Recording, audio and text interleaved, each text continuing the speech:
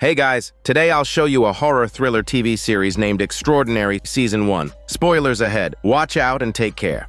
The drama begins with a self-aware young woman named Jen who is struggling with depression, and a bad day begins with a job interview. She oversleeps, is flat broke, and has to cram herself onto a bus, enduring a bumpy ride that smells of warm, raw chicken. Her heart pounds the moment she enters the office, and she desperately needs to use the bathroom but has to hold it in. Fidgeting in the meeting room, she's even tormented by her tampon, which feels like it's about to fall out from her smelly part. Worst of all, in front of the interviewer, Jen has a moment of uncontrollable oversharing and blurts out all of these miserable details, leaving her utterly humiliated. The interviewer, however, remains completely unfazed, as if she had anticipated the entire confession. That's because this is a world where everyone has a superpower. On their 18th birthday, everyone gets a unique and often bizarre power. It's immediately clear that the interviewer's power is mind reading. Under the interviewer's questioning, Jen's true thoughts are laid bare. She doesn't actually want the job and is just looking for a paycheck. Her degree is fake. Jen then mentally lists her own flaws. She's selfish, lazy, stubborn, jealous, lacks ambition, is deeply insecure, and even has a mild bit of racism. Finally, the interviewer asks why Jen didn't list a superpower on her resume. With the interviewer's piercing gaze, lies are impossible. Jen has no choice but to admit that, at 25, she still doesn't have a power. Her development is mysteriously delayed, making her a powerless outcast in a superpowered society. And fate's cruelty doesn't stop there. Her parents are divorced, her mother has remarried and started a new family with Jen's half-sister Andy, leaving no time for Jen. The guy she's into, Luke, sees her as nothing more than a casual hookup. A cool power, a supportive family, a loving partner. All of these wonderful things seem to have no connection to Jen. But Jen isn't entirely alone. Her friends are the only treasure in her miserable life. Jen's friends are Carrie and Cash, a couple who live with her. Carrie works at a law firm, but her job has little to do with law. Her superpower is communicating with the dead, making her more of a supernatural telephone than a lawyer, connecting the living with the deceased to relay their final words. Her hard-earned legal expertise is completely useless, which leaves her incredibly frustrated. As for Cash, he's unemployed but possesses the incredible power to turn back time. Because of this, he's ambitious and always dreaming of doing something great, though for now, it's all just talk. This aspiring superhero is currently living off his girlfriend. Life has been tough on the three of them, but thankfully their shared apartment serves as a safe haven. One day, Jen finds a stray cat at their door. He's skin and bones and looks like he's been abused. Taking pity on him, Jen adopts him and names him Jizz Lord. The apartment now has a fourth member. That evening, the three friends sit around the table, venting their frustrations. Jen is despondent after her failed interview. To cheer her up, Carrie channels Hitler and tells him that interracial marriage is now widely accepted, which makes the channeled spirit cover its ears and roll its eyes in fury. The bizarre spectacle lifts Jen's spirits, and she decides to forget about her job woes and enjoy the night. She has a date with a guy she met online named Gordon, who is a truly peculiar individual. His superpower is the ability to give anyone he touches an earth-shattering orgasm. A single light touch is all it takes to send someone into ecstasy. The story of how he discovered his power is equally dramatic. It was his father's 60th birthday, and the long-estranged father and son were finally reconciling. His father extended his hand for a firm, manly handshake, but at that exact moment, Gordon's power manifested. His father immediately realized something was wrong and tried to bend over to hide his reaction, but Gordon, completely oblivious, thought his dad was having a heart attack. He quickly unbuttoned his father's shirt and started performing chest compressions. His father was mortified and couldn't explain what was happening, made all the more humiliating by the fact that his entire family was there to witness the awkward, worldview-shattering scene. Hearing this, Jen can't help but burst out laughing before quickly apologizing. Fortunately, the story doesn't ruin the date's romantic mood. As things heat up, they head back to her place. Meanwhile, Carrie and Cash are also on a date. Cash had booked dinner and Carrie had expected a fancy restaurant, only to find out it was the corner pizza place. Suddenly, a mugger with the power of invisibility appears and snatches her purse. While superpowers bring convenience, they also breed crime. Carrie is shaken, but Cash is suddenly exhilarated. He's found his calling, to assemble a vigilante group and fight crime. Cash is convinced that his destiny is to become the superhero known as Time Master. Of course, this destiny comes with no salary, which makes Carrie's heart sink. Back at the apartment, Jen and Gordon are in bed, and things are about to get intimate. Jen is full of anticipation, but to her surprise, Gordon refuses to use his superpower. He insists on kissing through plastic wrap and touching only with gloves on. Gordon is desperate to prove his own hormone prowess without relying on his power. As it turns out, his fragile ego is destined to be shattered. What started with excitement quickly turns into disappointment as their smelly encounter ends in just 2 minutes. Jen takes a deep breath, sighs, and pretends to be satisfied to end the awkward ordeal. Nothing seems to be going right for her, but bigger trouble is just around the corner. Jen has to attend an 18th birthday party for her half-sister, Andy. Although Jen can't stand Andy, she gives in to her mother's demands. With a sour look, she heads to the convenience store where she works to pick up the custom birthday balloons. Jen then takes a taxi to her mother's house. Interestingly, the taxi driver's power is predicting the future. He asks Jen if she wants to know how she will die. Before a stunned Jen can respond, she gets a call from her father. Sensing her sadness, her father gently tells her not to compare herself to Andy and just be herself, reassuring her that he's always there for her if she's feeling down. Hearing his voice brings Jen a small amount of comfort. But just before she gets out of the car, the driver's parting words throw her into confusion. He tells her with dead seriousness that he foresees her death will involve a bear. With the party about to start, Jen has to push her confusion aside. As she walks in and sees a room already full of balloons, she realizes with a surge of anger that her mother didn't trust her to bring them, making her feel like a fool. Andy then adds to the insult with a condescending remark about her loser sister. Andy is a talented violinist who was just accepted into a top music conservatory, and her success only makes Jen's life seem more pathetic. The room is filled with laughter, but Jen feels utterly alone. Her mood briefly improves when, after the birthday candles are blown out, Andy's power still hasn't manifested. However, her dark satisfaction lasts only a few minutes. With a loud crack, Andy rips the refrigerator door off its hinges. Her superpower is super strength. She then effortlessly lifts the entire sofa, with her proud mother still sitting on it. Cheers drown out Jen as she stands on the edge of the crowd, shouting indignantly about the broken fridge. She even yells that Andy killed someone, but no one pays her any attention. Feeling dejected, Jen leaves her mother's house and shamelessly goes to see Luke. Unfortunately, Luke already has a date, a beautiful woman whose looks make Jen burn with hormone jealousy. Jen should have just left, but she pretends not to get the hint and awkwardly joins their date. The outcome is predictably embarrassing. Luke, whose power is flight, just wants to soar through the sky with his beautiful date and has no interest in Jen. Only after her persistent begging does he reluctantly take her for a brief, perfunctory flight. Before leaving, Luke even quotes the drag queen, asking her how in the hell she's going to love somebody else if she doesn't love herself. It's a question Jen can't answer. She's just a pathetic reject. Thankfully, a call from her father pulls her back from the brink. He is always there for her, firmly supporting all her decisions. But when the door opens, the cruel truth is revealed. Jen's father is actually dead. He can only speak to her through Carrie, who uses her power to channel his spirit. Jen lies down, curling up in Carrie's arms, embracing her father from another world through her friend's body. This series of emotional blows solidifies Jen's decision. She will go to a professional clinic to discover her superpower. With Carrie by her side, they march into the clinic full of determination. They see poster after poster of success stories, and Jen is thrilled. However, their excitement evaporates when they hear that the cheapest package costs $9,500. It's an astronomical price they could never afford. With no money, they'll have to rely on their own creativity. It's time to roll up their sleeves and start their own wild journey of superpower discovery, with Carrie and Cash as her best allies. The trio is full of confidence, ready for action. But back at the apartment, in a corner they can't see, a huge change is brewing. In the dead of night, Jizzlord the black cat, lying on the bed, transforms with a whoosh into a naked man.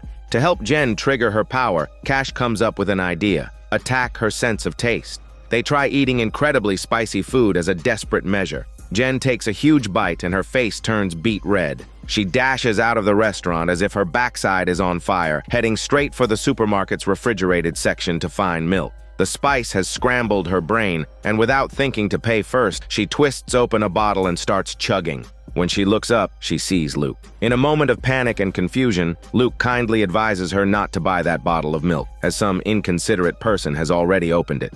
Jen breathes a sigh of relief, but the next second she's caught on CCTV. The cashier calls her out, telling her she can't drink the milk until she's paid for it. In an instant, her pride and her budding romantic hopes are crushed. Still, her self-proclaimed strategist friends don't give up and come up with more terrible ideas. They read that a surge of adrenaline can trigger powers, so they suggest a series of life-threatening stunts like defusing bombs or jumping off bridges. Suddenly, Carrie has a flash of inspiration amidst the wreckage of bad ideas: a visit to the dentist. Just those words are enough to make Jen scream in a chicken voice. The thought of even standing at the entrance makes her feel like her soul is about to leave her body. But with Carrie's encouragement, Jen musters her courage and, with trembling steps, enters the clinic. For the sake of a superpower, she'll do anything. Meanwhile, Cash is at the apartment, frantically making calls to assemble his vigilante squad. He's wearing headphones and is completely oblivious to the fact that Jizzlord, now in human form, is weakly knocking on his door, trying to tell him that he's a man, not a cat. Unfortunately, his transformation is too brief and they miss each other. Soon, bad news arrives. The dentist plan failed. Cash immediately announces the start of their kidnapping plan. He pretends to be a kidnapper and shoves Jen into the trunk of a car. However, Jen is still woozy and giddy from the sedative the dentist gave her. Far from being scared, she's curled up in the dark trunk with a goofy smile, sending flirty and embarrassing messages to Luke. To let the fear build and stimulate Jen's powers, Cash and Carrie decide to leave her for a bit and grab a bite to eat. As they're laughing in a bakery across the street, they fail to notice the car being towed for illegal parking. By the time they realize what's happening, it's too late. They panic and chase after the tow truck. Carrie frantically texts Jen, asking for her live location. Annoyingly, Jen is still high from the sedative, lost in a state of delirious happiness, and sends back a stream of glamour shots of internet celebrities. To make matters worse, Cash confesses that the car is his mom's and he doesn't even have a driver's license. If the police find out, he's done for. Despite the constant absurdity, these two loyal friends never give up on Jen. After a series of misadventures, they manage to sneak into the vehicle impound lot. They find the car and breathe a sigh of relief, only to discover they've lost the key to the trunk. Just then, the sedative wears off. As Jen's senses return, she looks around in terror and starts banging on the trunk, screaming to be let out. At this critical moment, the last person Jen wants to see appears, her sister, Andy. With the trunk firmly locked, the super-strong Andy is the only one who can save her. Seizing the opportunity, Andy relentlessly humiliates Jen, forcing her to admit she's a worthless loser before she'll help. After Jen submits, Andy rips the trunk lid off. Like an enraged animal, Jen lunges at her.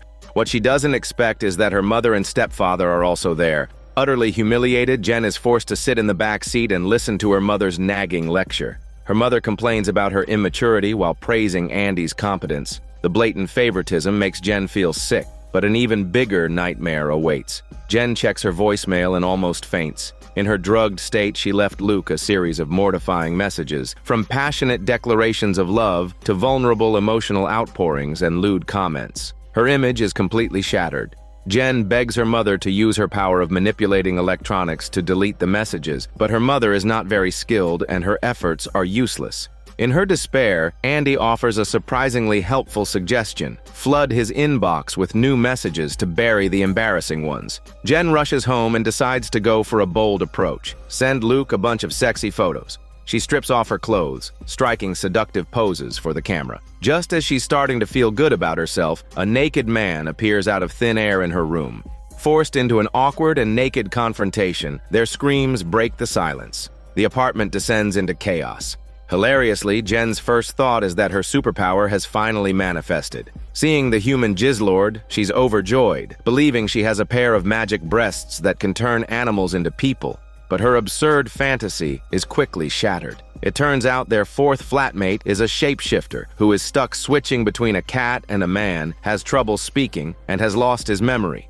Jizzlord explains that he used to be a person with a job before he became a cat. Eerily, the last thing he remembers is a football match from 3 years ago. Jizzlord's true identity is shrouded in mystery. Cash wants to get rid of him, but Jen insists that since she found him, she's responsible for him. Even though he's now in human form in Jen's heart, he's still that poor stray cat. After some discussion, they agree to let Jizzlord stay until he regains his memory. As the chaotic day finally ends, Jen gets a message from Luke. As she predicted, the sexy photos caught his peeping eye. Just as she's about to gloat, the next message brings her crashing back to reality. Luke comments that her voicemails were weird, but funny. Even though Jizzlord has explained everything, a part of Jen still clings to the hope that she has a power. Late at night, when no one is around, she spots a stray dog. Without a second thought, Jen lifts her sweater to expose her magic breasts. The dog doesn't react, but a passerby is scared out of his shit. They make eye contact in a moment of pure awkwardness. Jen tries to explain she's not a pervert, just trying to figure something out. The process is painful. The result is disappointing. Jen's journey to get her power is clearly going to be a long one. One problem solved, another arises. With no progress on her power, Jen gets into trouble at work. She's rude to a customer, causing a headache for her boss. The boss looks like a young girl, but she's actually in her 50s. Her superpower is eternal youth. She tries to reason with Jen, but Jen is secretly hoping to get fired so she can collect a hefty severance package. She's convinced this job is just temporary. But the boss just chuckles and calmly says that another one of her employees said the same thing when she first started. The colleague's experience is a cautionary tale, but stubborn Jen ignores it.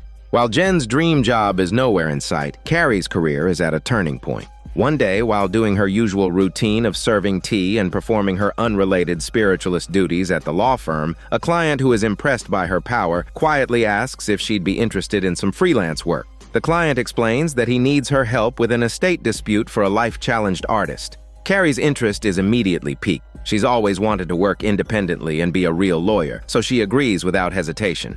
Meanwhile, Cash is passionately assembling his Vigilante squad. He holds interviews in their apartment, meeting a variety of bizarre candidates. Seb, who can summon sea creatures but can't control them, though he has a rich dad. Adrock, who can phase through solid objects but often gets stuck.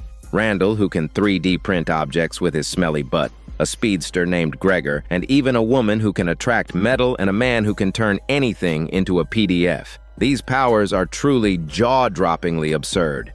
Cash puts on a serious face, ready to carefully select his team. While the Vigilante squad is making progress, Carrie's freelance gig turns out to be a bait and switch. She's been tricked again. The client doesn't care about her legal skills at all. He just wants her to contact a 1980s country music superstar. The superstar died before finishing his final album, leaving behind an eternal regret. To this day, his fans are still incredibly devoted and have immense purchasing power. If he could finish the album by possessing Carrie's body, the record company could make a fortune. Upon learning the truth, Carrie is devastated. She realizes once again that to everyone else, she's just a useful tool. No one cares about the real her. She calls Jen to vent. Jen becomes Carrie's impromptu agent and negotiates with the record company. To their astonishment, the company offers them a staggering $300,000. It feels like winning the lottery. With that money, they could buy a house, go on vacation, eat out for months, and Jen could finally afford treatment at the Discovery Clinic. Their future looks bright. There's no time to waste. They decide to go for it.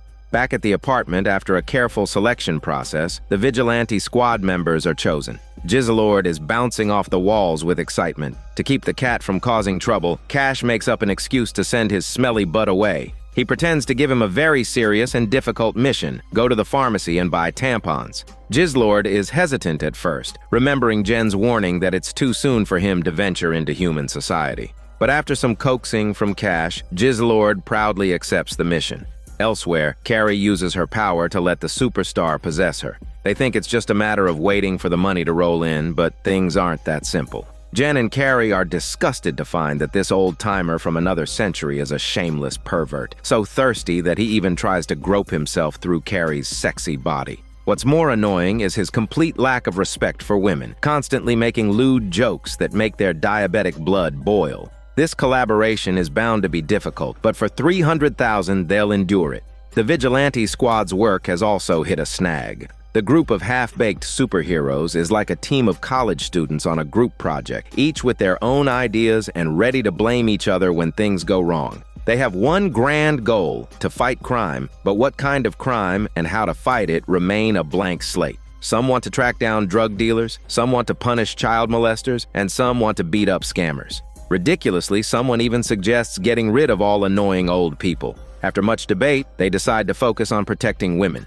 Their motive is righteous, not for money or sex. Of course, if someone insists on giving them a small tip or if a romantic encounter develops, they can't very well refuse. It's just a perk of the job. Once the mission is decided, another conflict arises. Cash and the speedster, Gregor, vie for the leadership position, each trying to prove he loves women more. They argue over everything from the number of sisters they have to their knowledge of Jane Austen novels. Finally, Cash ends the debate by shouting that he knows where the clitoris is. Meanwhile, at the pharmacy, another lesson in female anatomy is taking place. After finally finding the store, Jizzlord is completely bewildered by the dizzying array of feminine hygiene products. Thankfully, a kind employee hands him a pamphlet about the female body and explains everything to him. Jizzlord listens intently. Learning to understand and respect women becomes his first lesson in re-entering society.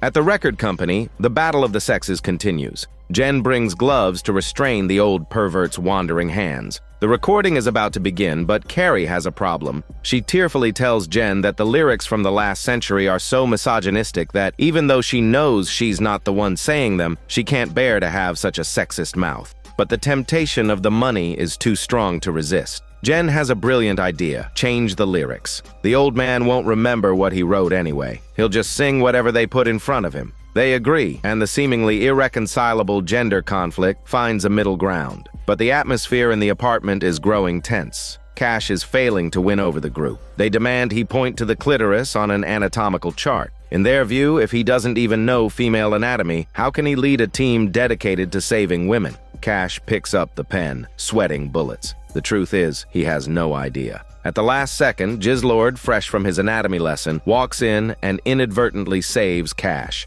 Cash cheers, not forgetting to act cool and say it's just common knowledge. Meanwhile, the recording session is forced to a halt. Fighting for rights and demanding respect is a natural instinct for modern women, but Jen and Carrie underestimated the old-timers' instincts. Although he can't remember the lyrics, the superstar knows something is wrong the moment he starts singing. In his view, women are mere accessories. How could they possibly be his equal, worthy of his efforts to please them? The lyric-switching scheme is exposed, and the $300,000 goes down the drain. Back home, Carrie blames herself, but the money-loving Jen is surprisingly nonchalant, comforting her and praising her new lyrics. In the end, it's just money, she says. Carrie agrees. It's only $300,000. Jen immediately yells for her to not say the amount, because hearing it causes her physical pain. They put the lost fortune behind them and join Cash and Jizzlord in a game. They've built a fortress out of feminine hygiene products. Each player has 5 tampons and must travel from Sanitary Valley to Mutual Pleasure Paradise, being careful not to get trapped in the absorbent swamp. The 4 of them huddle together, laughing under the warm yellow light.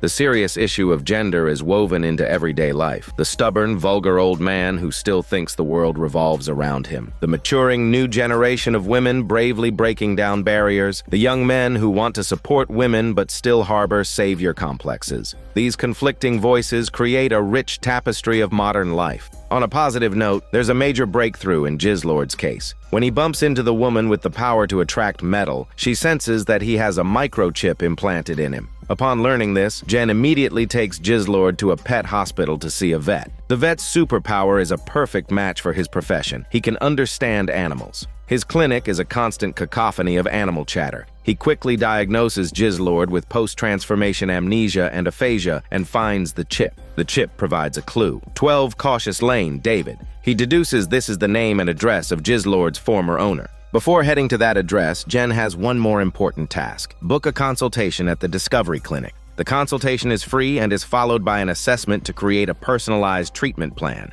It's a good thing, but Jen keeps procrastinating. It's only after a call from her father that she reluctantly promises to make the appointment soon. Jen is in a bad mood, and Carrie is also having problems. Cash is completely obsessed with his vigilante squad, even in bed, leaving no time for intimacy. A frustrated Carrie resorts to furiously cleaning the apartment to burn off her sexual energy. Jen sees right through her. During a heart-to-heart, Carrie admits she can't seem to satisfy herself. Jen wisely suggests that desire is connected to the heart. Perhaps what Carrie truly craves is love. But Carrie insists it's just a physical problem. So Jen gives her Gordon's address. One touch, and all her troubles will be gone. After helping her friend, Jen takes Jizzlord to find his former owner. Unfortunately, David has passed away, leaving only a portrait behind. However, the house is filled with remnants of Jizzlord's past. As a cat, he had won many strange and wonderful awards. Before Jen can process this, Jizzlord finds a new clue. At the funeral, he glares menacingly at a cute little dog.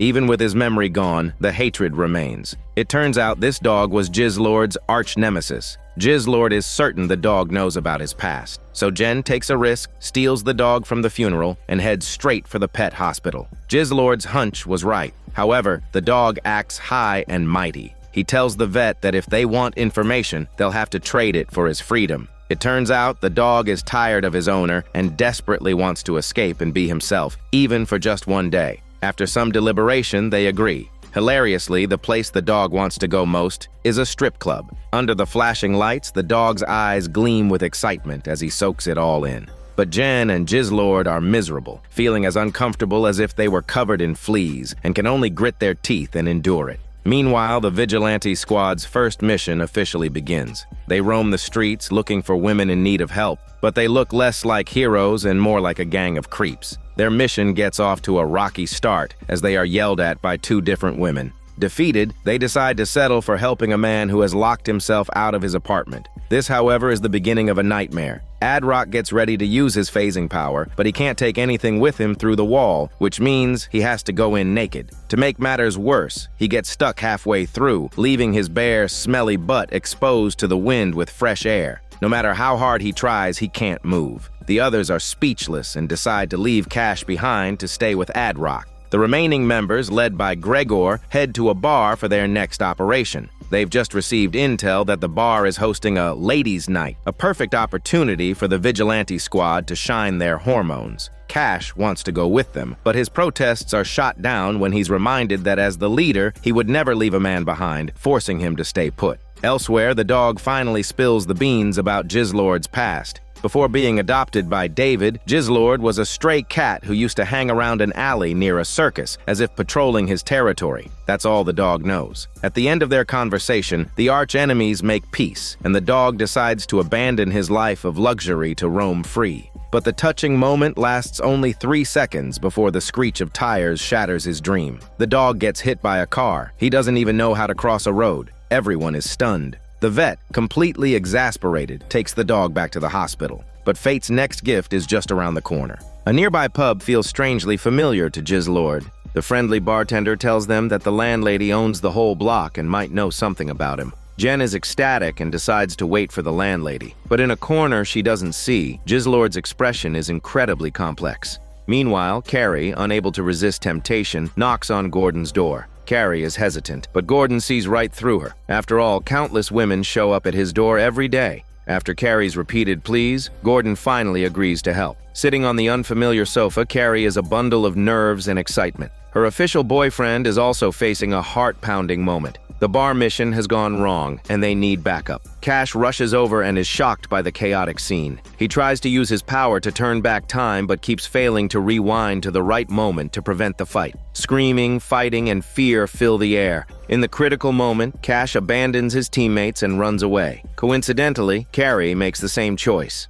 Her fingertips are just about to touch Gordon, just a step away from her desired release. But at the last second, she can't go through with it. Before leaving, Carrie sincerely thanks Gordon, telling him he's a true hero because his gift brings people joy. After the chaotic night, Jen returns to find Jizzlord missing. She frantically searches for him and finds him curled up on the side of the road. It turns out that Jizzlord is both curious and terrified of his unknown past. Jen tells him he can't keep avoiding the truth just because the answer might not be what he wants to hear. In fact, she's also giving herself a pep talk. Jen has been putting off her own clinic consultation for the same reason. She's afraid that if she goes and nothing changes, she'll lose all hope. The two kindred spirits comfort each other, making a pact to find out just how messed up they are together. The road ahead is long and full of thorns, but at least for now, they have each other. But in a forgotten corner, Ad-Rock's butt is still stuck in the wall, shivering in the cold. The failure of the Vigilante squad leaves Cash completely demoralized, and he spends his days wallowing at home.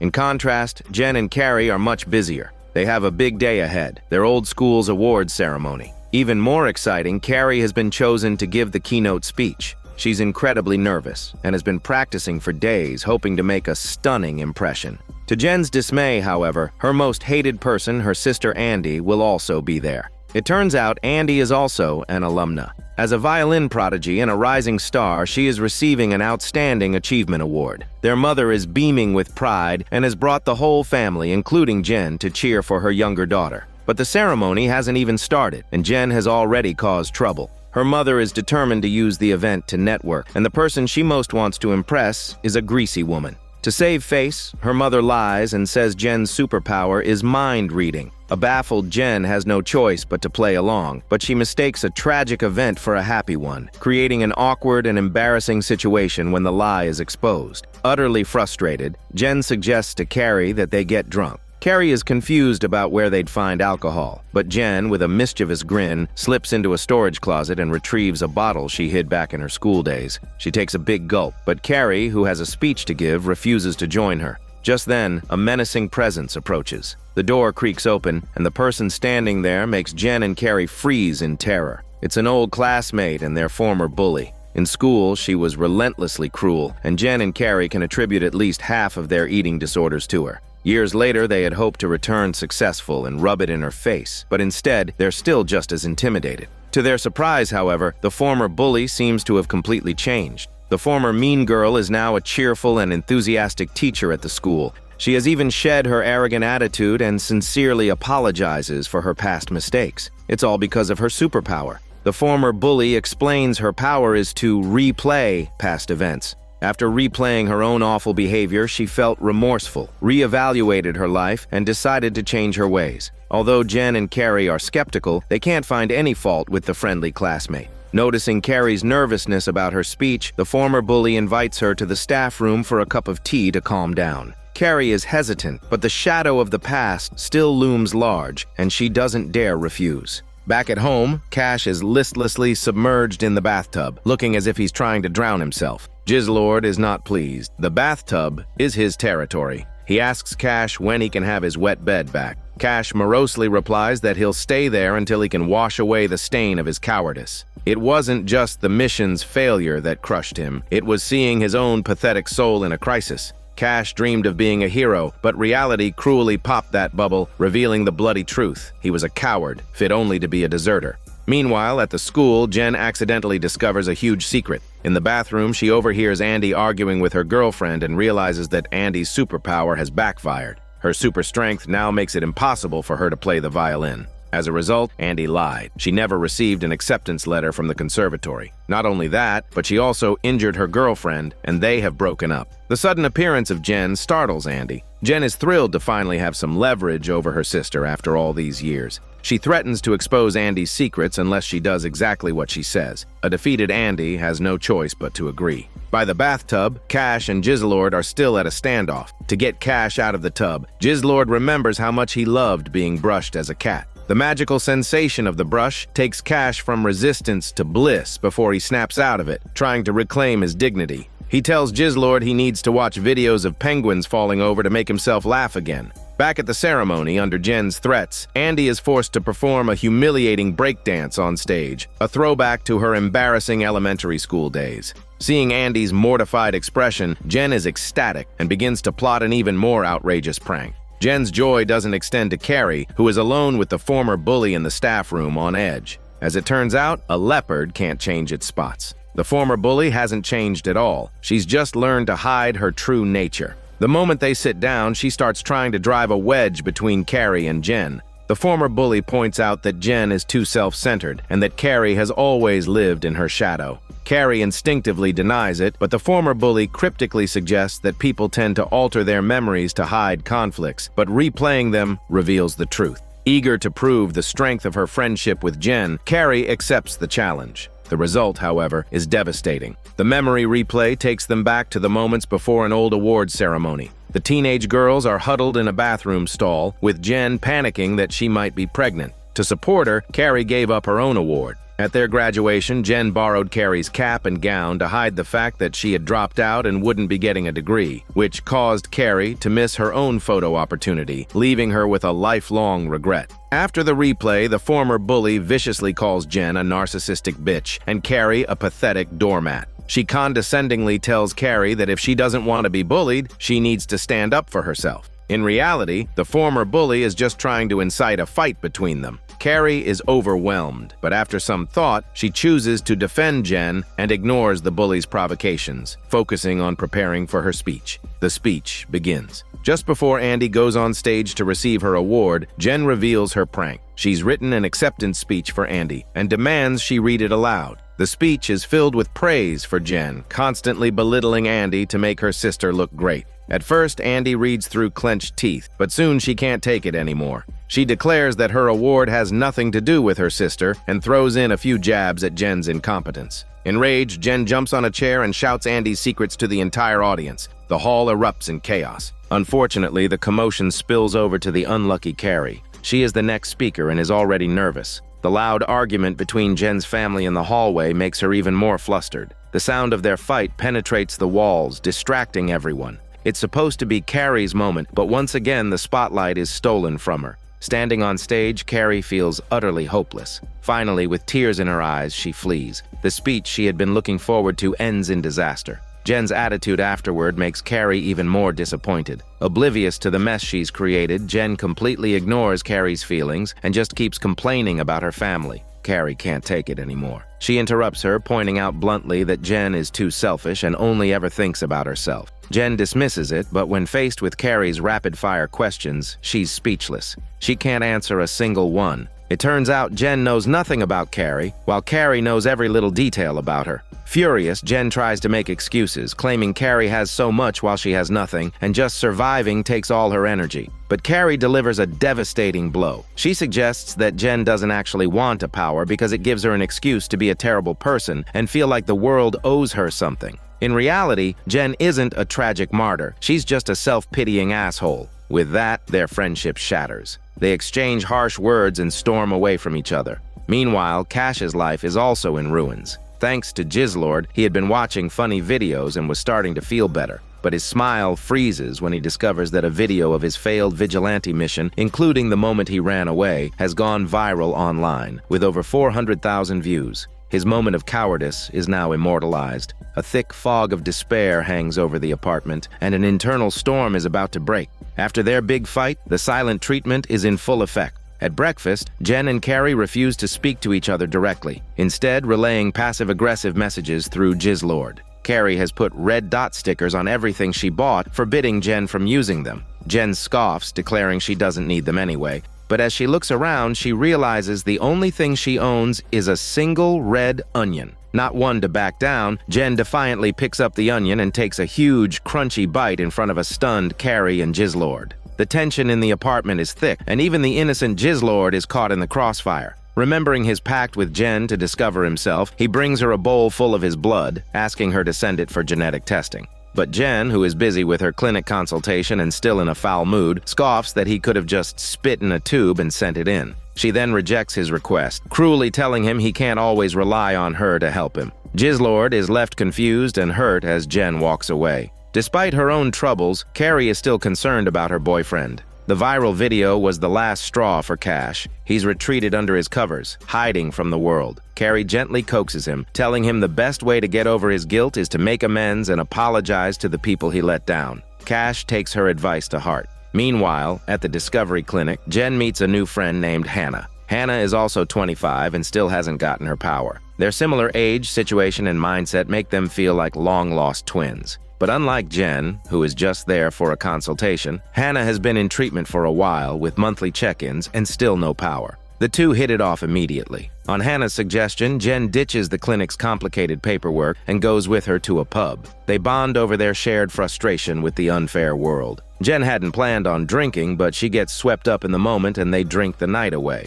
Back at home, Jizzlord and Carrie are talking. One was Jen's best friend, the other her beloved pet, but now both feel abandoned. They complain about Jen's flaws, but their minds are filled with fond memories. While cleaning, Carrie finds a risque jigsaw puzzle that she and Jen used to love. They would spend hours doing it, wearing face masks and drinking margaritas. It would be a shame not to finish it with Jen. Remembering these moments, Carrie decides to give their friendship another chance. Meanwhile, Cash finally leaves the house on his journey of atonement. He first finds Seb, who is about to go on vacation to Florida. Seb was beaten up during the chaotic mission and is still traumatized, just wanting to escape. Cash feels incredibly guilty and offers a sincere apology and a Toblerone bar. His words bring tears to Seb's eyes, and he feels instantly redeemed. He decides to join Cash on his apology tour. Jen and Hannah's story continues at the pub. They see a girl with the power to change her hairstyle and, feeling contemptuous, follow her to the bathroom. Egged on by Hannah, Jen cuts off the girl's ponytail.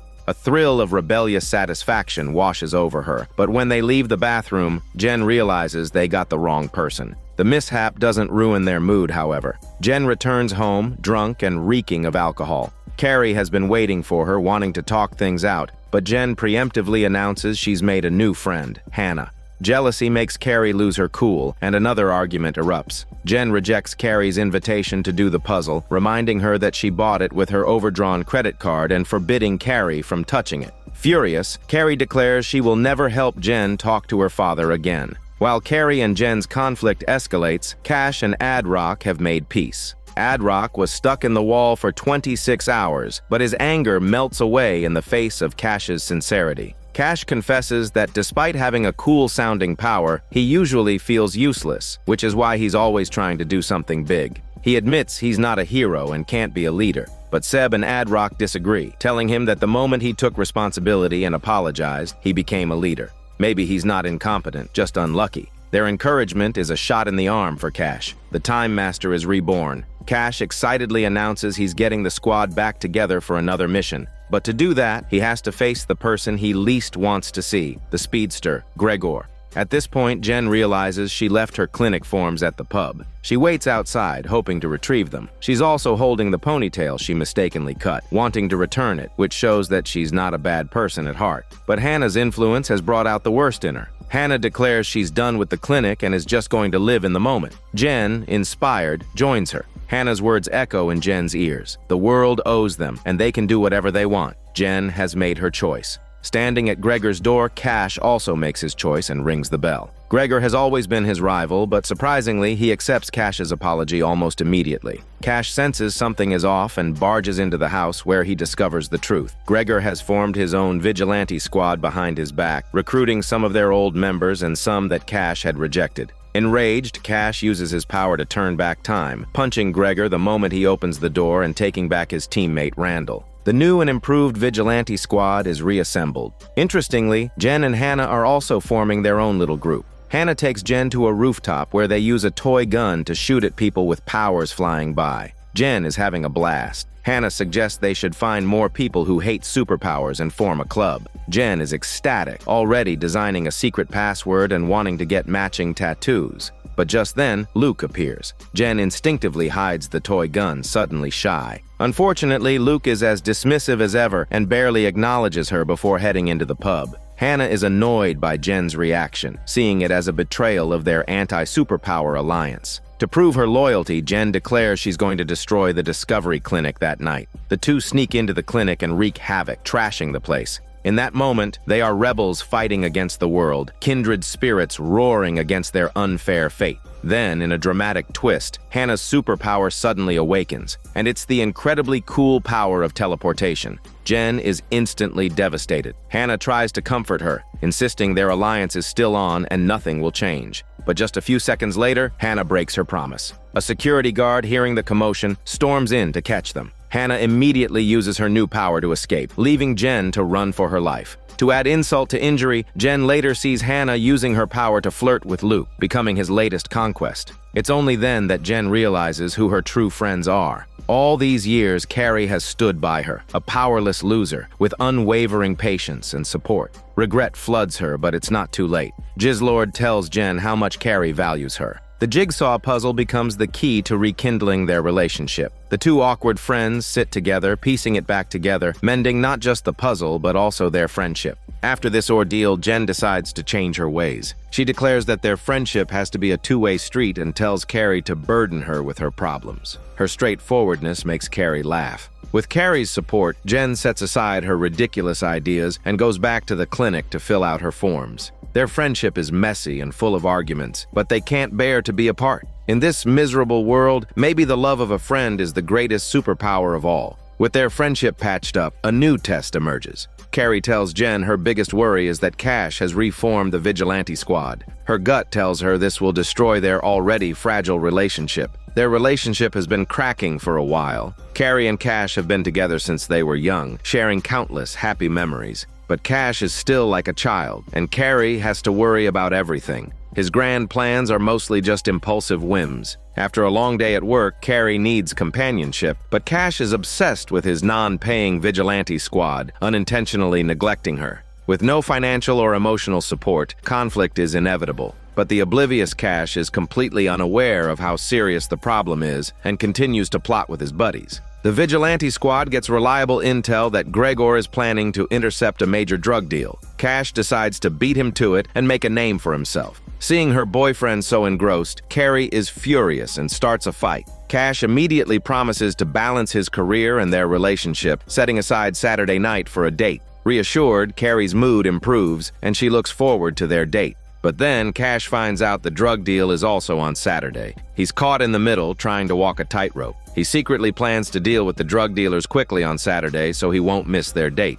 Meanwhile, Jen's problems continue, and they can be summed up in one word: money. She decides to go ahead with the clinic's treatment plan, but even after scraping everything together, she's still short. She looks for ways to make money, even considering donating her eggs, but is rejected. In her desperation, she turns her attention to Jizzlord. After all, he was once a prize-winning cat who won a lot of money at cat shows. An idea forms in her mind. If she can find a way to turn Jizzlord back into a cat, her problems will be solved. At the same time, a new possibility for Carrie's love life appears. She meets another man who captures her heart. He's noble, romantic, and charming, but unfortunately, he's dead, and not just recently, but for several hundred years. It's King Charles II. Her law firm has a new client, a biographer who wants to contact Charles to restore his reputation and clear up rumors about his promiscuous past. To do this, they need Carrie. Hilariously, after contacting the king, they find out that all the scandalous stories about him are true. He also hasn't lost his playboy charm and immediately starts flirting with Carrie. But instead of being off-putting, his advances make Carrie's heart flutter.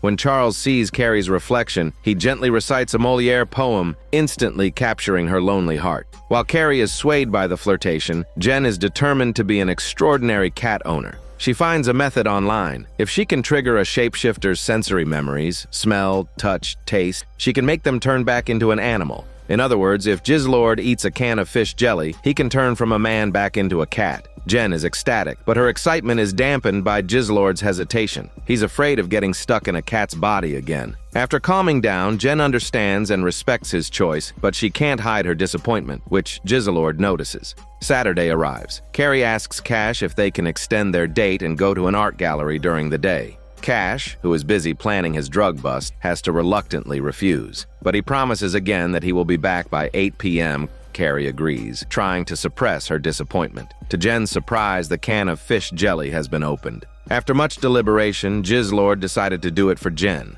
He leaves her a recording and turns back into a cat. Jen is incredibly moved and rushes Jizzlord to the cat show. His appearance causes a stir. Many people recognize him as David's legendary cat. Jen is beaming. The prize money is within reach. But when a staff member points out that Jizzlord's talent was dancing, she freezes. The past is the past. Jen doesn't have David's skills. Making a cat dance is impossible. Meanwhile, the Vigilante Squad's mission has also become awkward. Cash and his team swagger into the drug deal location and come face-to-face with Gregor's crew. Gregor accuses Cash of being a thief, but Cash is unfazed. The two teams bicker, both wanting to be the sole heroes. Suddenly, they hear footsteps. The argument stops, and both squads hide, waiting for the right moment. With a huge cash prize on the line, Jen refuses to give up. She tries to teach Jizzlord to dance, but the cat version of him doesn't understand. Her efforts are fruitless, and she accidentally offends the judge. As the competition is about to start, Jen is frantic. Amidst all the chaos, Carrie's date is elegant and relaxed. Her companion is Charles. It turns out the exhibition Carrie wanted to see was about him.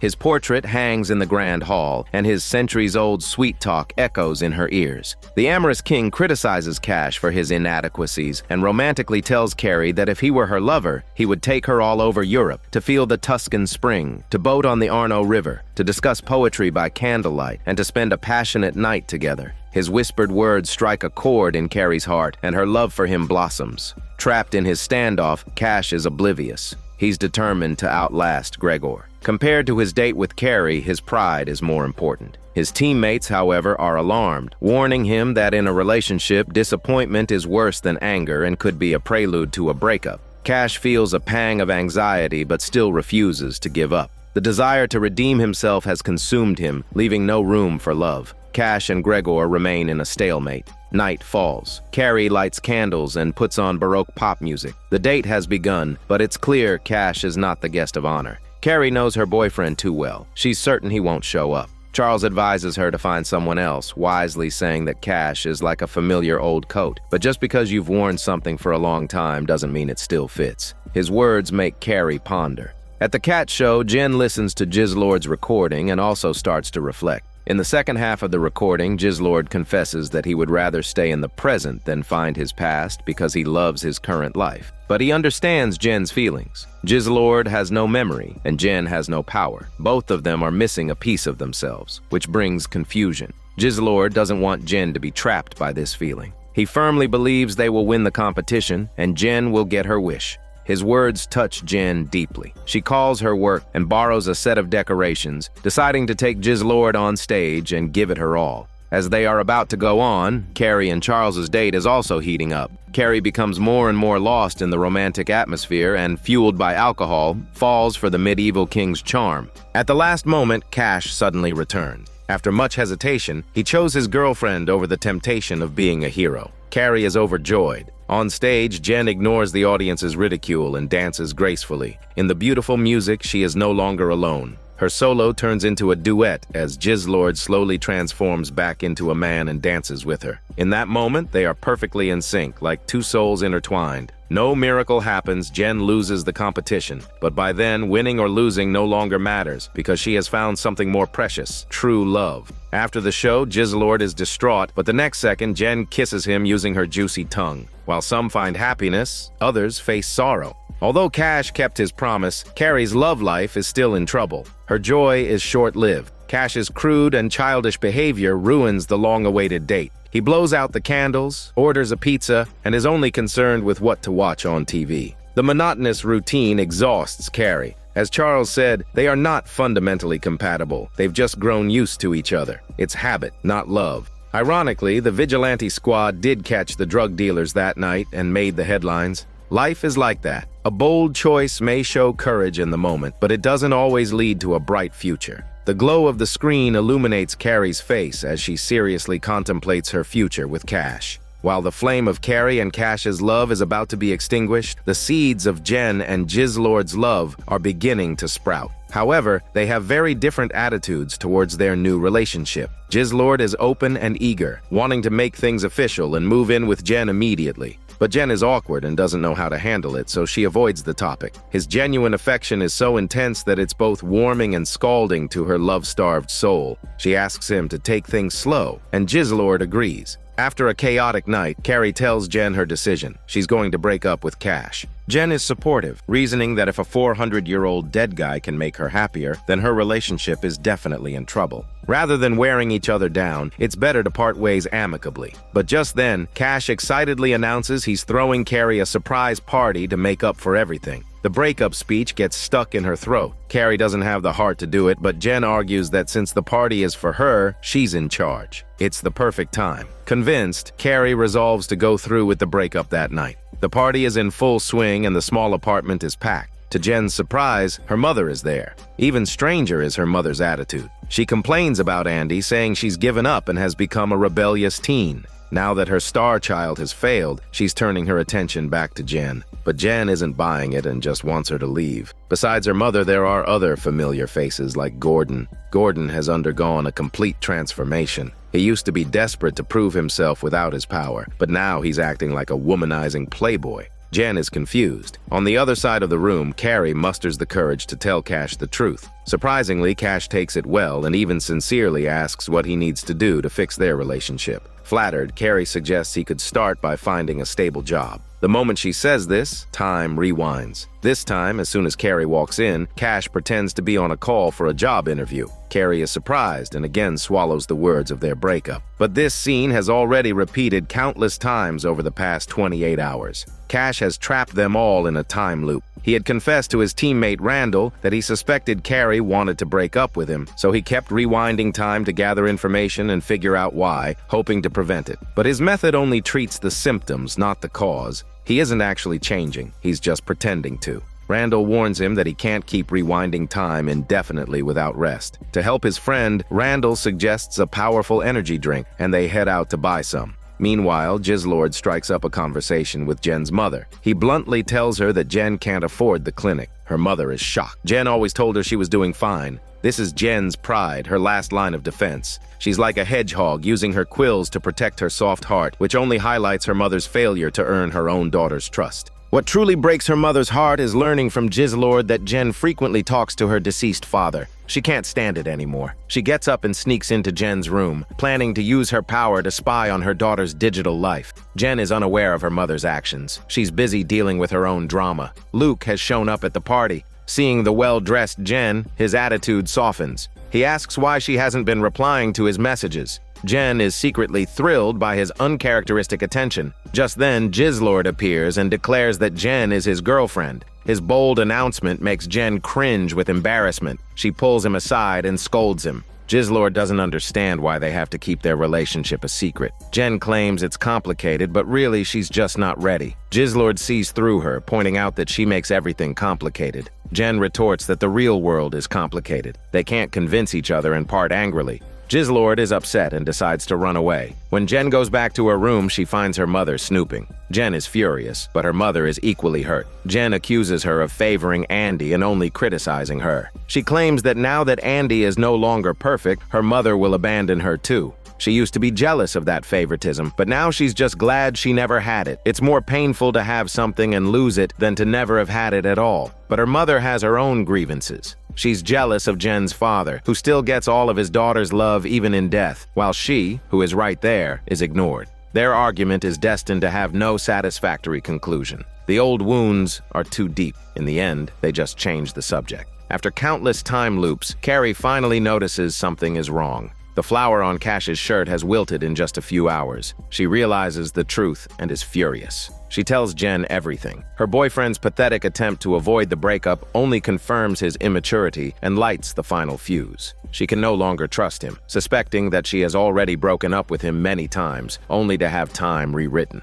Opening the fridge, she sees it's full of energy drinks, revealing Cash's secret to staying awake. No matter how much he tries to avoid it, the real confrontation is coming. Jen sighs and leaves them alone. To her surprise, Luke suddenly invites her to go flying. Jen is ecstatic and immediately agrees. Meanwhile, Carrie confronts Cash, pouring all the energy drinks down the toilet. Then, she finally breaks up with him. Despair washes over Cash. He tries one last time to reverse time with all his remaining strength, but the outcome is sealed. As time freezes, both of them are in tears. The breakup isn't just the end of their relationship, it's the end of their youth. But sometimes, you have to cut out the rot to heal. Coincidentally, Jen also makes a choice. She is soaring through the night sky with Luke, her heart pounding with excitement. But when Luke mockingly calls Jizzlord a weirdo, the dream shatters in an instant. Jen realizes who she truly loves. She can't stand him insulting Jizzlord. Looking into the eyes she was once so infatuated with, Jen says firmly that he may be a little different, but that doesn't mean he's not good.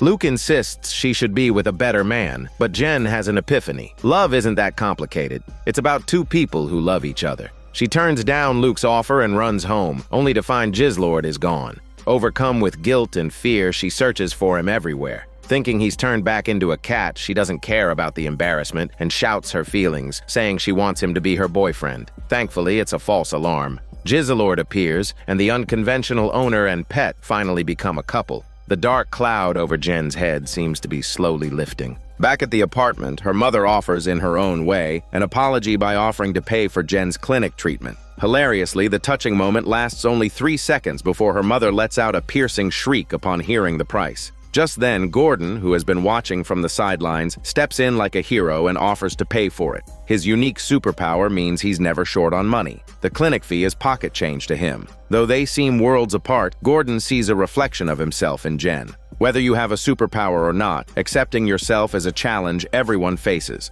A powerful ability can bring fame and admiration, but it can also cause endless trouble. Carrie, who is never truly heard. Cash, who is unworthy of his power. Jizzlord, with his fragmented memory. Andy, who has lost her ability to play the violin. Gordon, who longs to prove himself. They are all examples. And Jen, with no power at all, struggles with doubt and insecurity. Regardless, a new dawn is breaking. But fate is a cruel writer, and its pranks continue. One ordinary morning at the supermarket, Jizzlord comes face to face with his past. A child tugs on his mother's arm and shouts for his mother to look because that man looks just like his daddy. As they lock eyes, there's only shock, and his identical curly hair is undeniable proof. And that's where the first season draws to a close, promising even more chaos for Jen in the future.